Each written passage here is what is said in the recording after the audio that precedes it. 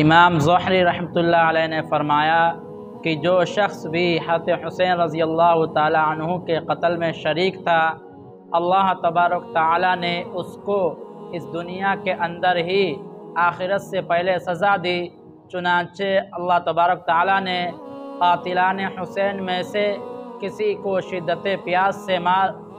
پیاس سے تڑپا کر مارا، کسی کا چہرہ بالکل تارکور کی طرح سے کالا کر دیا، کسی کو کوئلے کی طرح جلا کر راکھ کر دیا، کسی کو قتل کروا دیا گیا اور کسی کے بدن سے اس کے سر کو الگ کر دیا گیا۔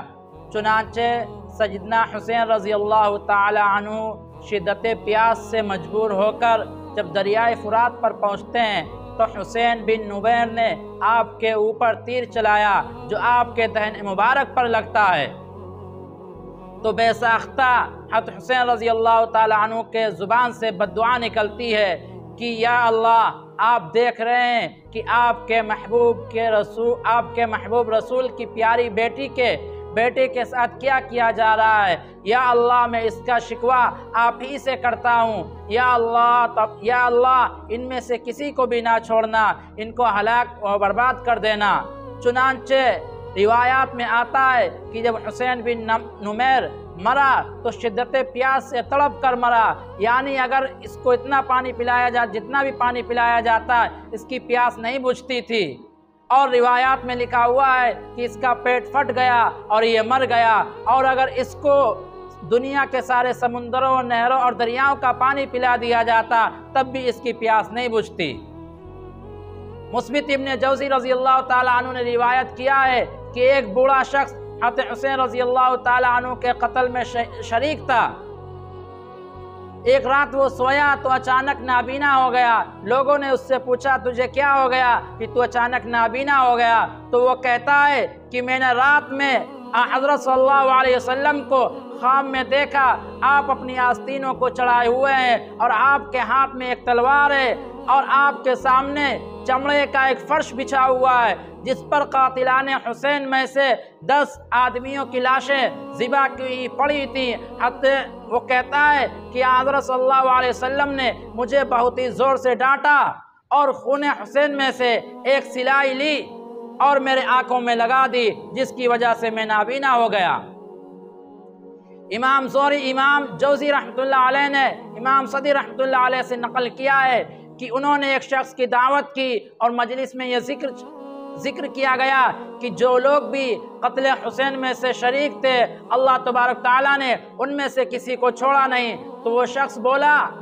کہ میں بھی قتل حسین میں شریک تھا، میرے ساتھ کچھ نہیں ہوا۔ چنانچہ روایات میں آیا ہے اور لکھا ہوا ہے کہ وہ شخص اس محفل سے دعوت کھا کر اپنے گھر پر جاتا ہے اور اس کا چراغ خراب ہو جاتا ہے اور وہ اپنے چراغ کی بتی کو صحیح کرنے لگتا ہے، تو اس چراغ کی بتی سے اس کے بدن میں، اس کے کپڑے میں آگ لگ جاتی ہے اور وہ جل کر راکھ اور کوئلہ ہو جاتا ہے۔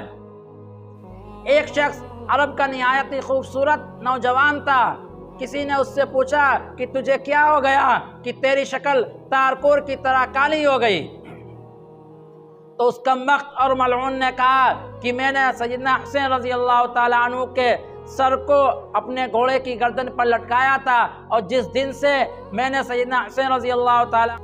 تو وہ آدمی کہتا ہے کہ جس دن سے میں نے سیدنا حسین رضی اللہ تعالی عنہ کے سر مبارک کو اپنے گھوڑے کی گردن پر لٹکایا ہے، اس دن سے میں جب بھی ذرا سا سوتا ہوں 2 آدمی میرے پاس آتے ہیں اور میرے بازوؤں کو پکڑتے ہیں اور میرے چہرے کو دہکتی آگ کے اندر جھلسا دیتے ہیں، جس کی وجہ سے میرا چہرہ تارکور کی طرح سے بالکل کالا ہو گیا۔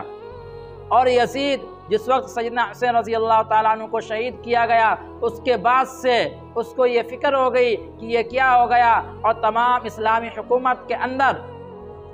تمام اس کے حکومت کے دائرے کے اندر خون حسین کا مطالبہ شروع ہو گیا اور لوگوں نے بغاوتیں شروع کر دی۔ وہ اسی چین اور اسی فکر میں رہ کر مر گیا اور تباہ و برباد ہو گیا۔